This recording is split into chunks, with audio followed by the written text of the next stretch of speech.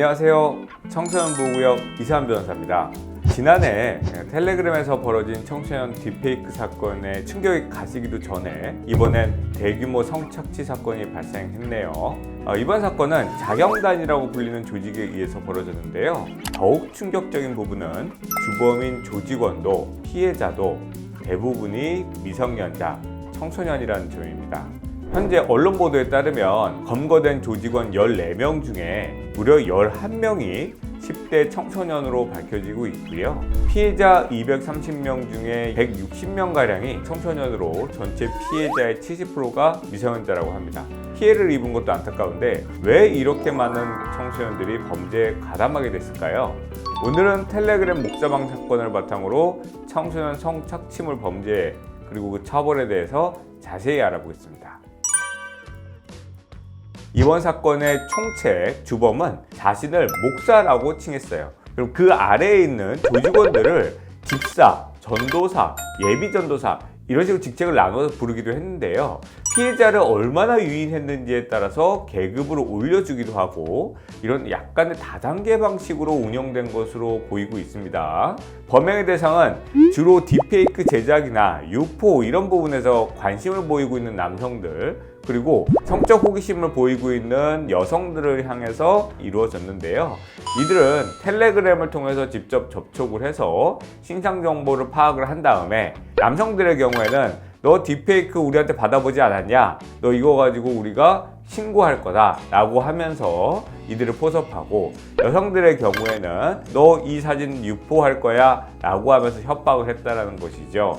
이러한 피해자들 중 일부는 범행에 동조를 하면서 자신이 피해자이면서 나중엔 다시 조직원이 되어서 또 다른 피해자를 끌어들이기도 했다는 점이 충격적인 부분이라고 하겠습니다. 왜 대다수의 조직원이 미성년자였을까? 이 부분을 생각해보면 약점을 잡혀서 협박을 받는 상황에서 판단력과 경험이 미숙한 10대들 그리고 부모님한테 알리기가 대단히 창피할 수 있다는 점에서 포섭을 당했을 가능성이 높다라고 생각이 듭니다. 그런데 미성년자라 하더라도요, 범죄를 실행하는 단체를 조직하거나 가입하거나 활동할 경우에는요, 범죄단체 조직죄 그리고 이런 범죄단체에서 활동한 죄로 별도로 또 처벌을 받을 수 있거든요.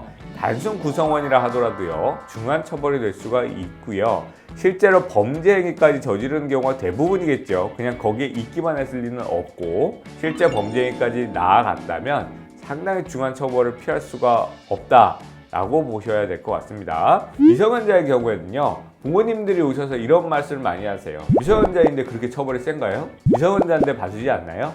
이와 같은 중한 범죄에 가담되었다면 미성년자라 하더라도요, 가정법에 송치되는 것이 아니라 성인법정에 가서 교도소에 수감될 가능성이 높다라는 부분을 꼭 기억하셔야 될 것 같습니다. 만 14세를 넘었다면 말이죠. 만 14세가 안 됐다면 무조건 가정법원에 갈 수밖에 없고요. 그러한 경우에도 소년원 처분을 피하기가 어려울 수 있다는 부분을 꼭 기억해 두셔야 될 것 같습니다. 자, 그 다음 이제 본격적인 시작이죠. 성착취물에 대한 처벌 부분인데요. 이들의 범죄 행위는 정말 악질적이고 악랄했습니다. 피해자들에게 시간 단위로 일상을 보고하게 하거나 불법 촬영물을 보고 독후감을 써라 아니면 벌을 준다라고 명목으로 나체 사진 찍게 하거나 가해 행위를 하게 하거나 이런 가혹 행위를 하도록 강요했는데요.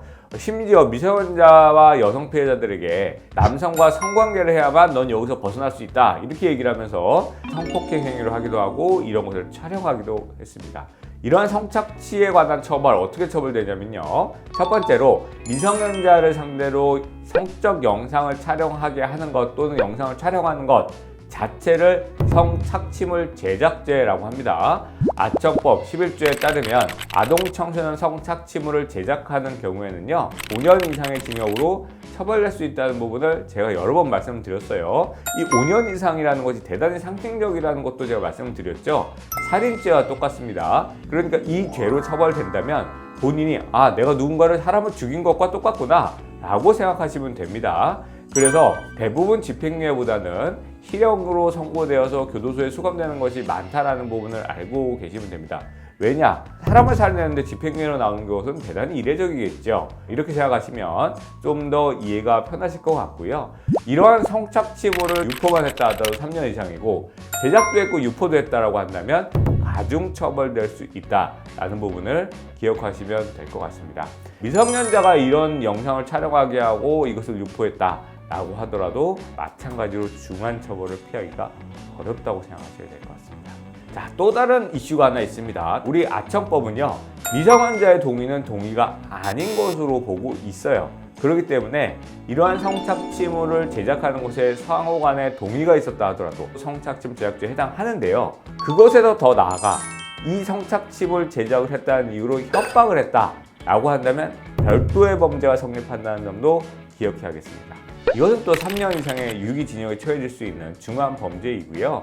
이를 이유로 의무 없는 일을 강요했다.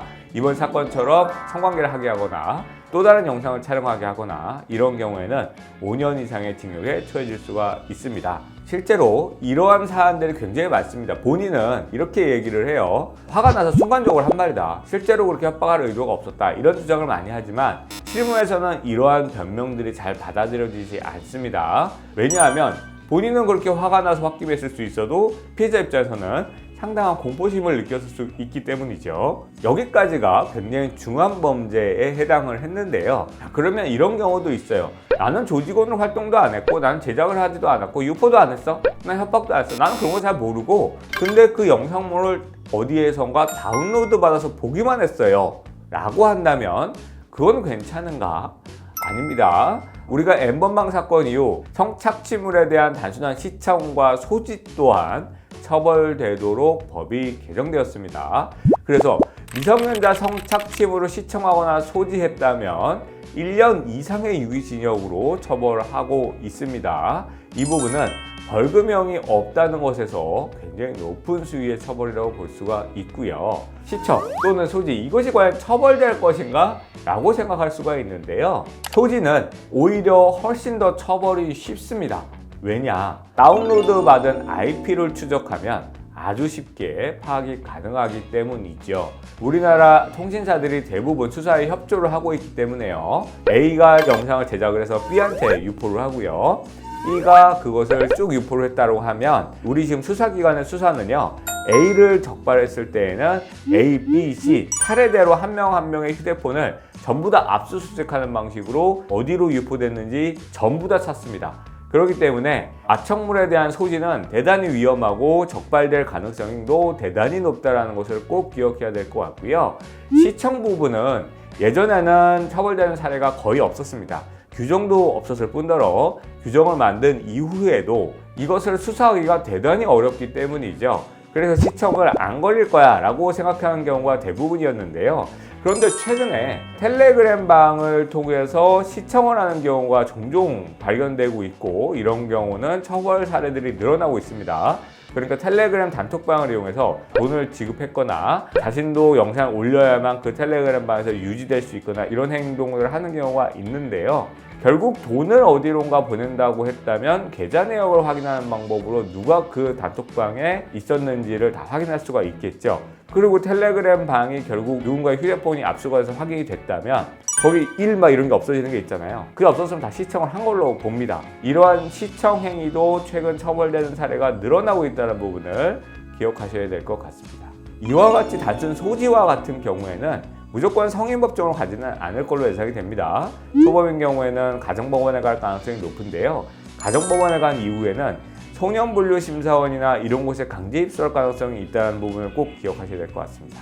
자, 이번 사건에서는요, 자경단에 가입하기 위해서 지인 사진들을 이용해서 딥페이크물을 또 제공하고 이러한 자들도 대거 검거가 됐다고 하는데요. 딥페이크 범죄 저지르는 경우 대부분이 청소년이라고도 제가 말씀드린 적이 있죠. 딥페이크에 대한 처벌이 궁금하시다면 저희 지난 영상 한번 참고해 주시기를 부탁드리고요. 딥페이크를 이용한 음란물 제작, 유포, 소지, 시청 모두 다 처벌이 되죠. 미성년자 사진을 이용했다고 한다면 아청법 적용 가능성도 있습니다. 이거 진짜도 아닌데 상관없겠지 이렇게 생각하시면 큰일 난다는 거 꼭 기억하셔야 될 것 같고요. 다시는 이런 범죄들이 발생하지 않았으면 좋겠습니다.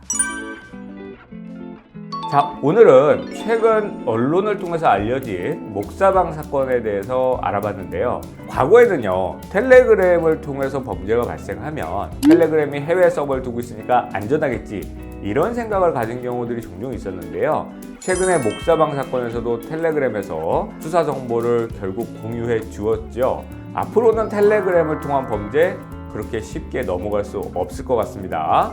그럼 저희는 다음에 더 유익한 주제로 돌아오겠습니다. 감사합니다. 안녕.